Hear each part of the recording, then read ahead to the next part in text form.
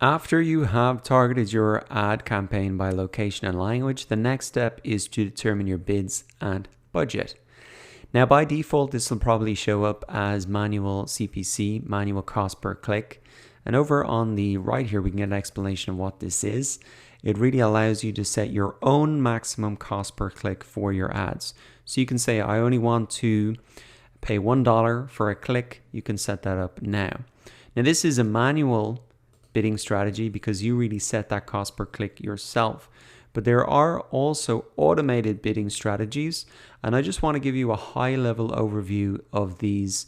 But ultimately, for this example and for your first campaign, I'd recommend you do manual CPC so you can just really keep the costs low and not let things kind of go out of control. So if we come over to target CPA, we can see this allows you to set the bids to get most conversions. So if you select this option, you won't be saying that I want $1 per click. You will be saying I want to really increase my bids as much as possible to get a cost per acquisition. So if we click into that, in order to really, for AdWords to determine that cost per acquisition, they need to be measuring how many ads are resulting in acquisitions. And so to do that, you need to set up conversion tracking. So to use this type of automated bidding strategy, there are a couple of extra setup steps, and that would really require you to put a little piece of code on your website so that AdWords can see which ads are resulting in the most amount of conversions. Now, those conversions could be email signups, they could be even sales on the site.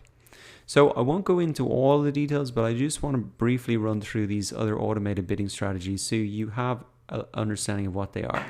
Now, target ROAS, target return on ad spend. So this is a slightly different metric. You're not trying to get that cost per acquisition. You're really trying to get a target return on ad spend. And once again, you would have to set up conversion tracking to really get that done. Next up, we have maximum clicks.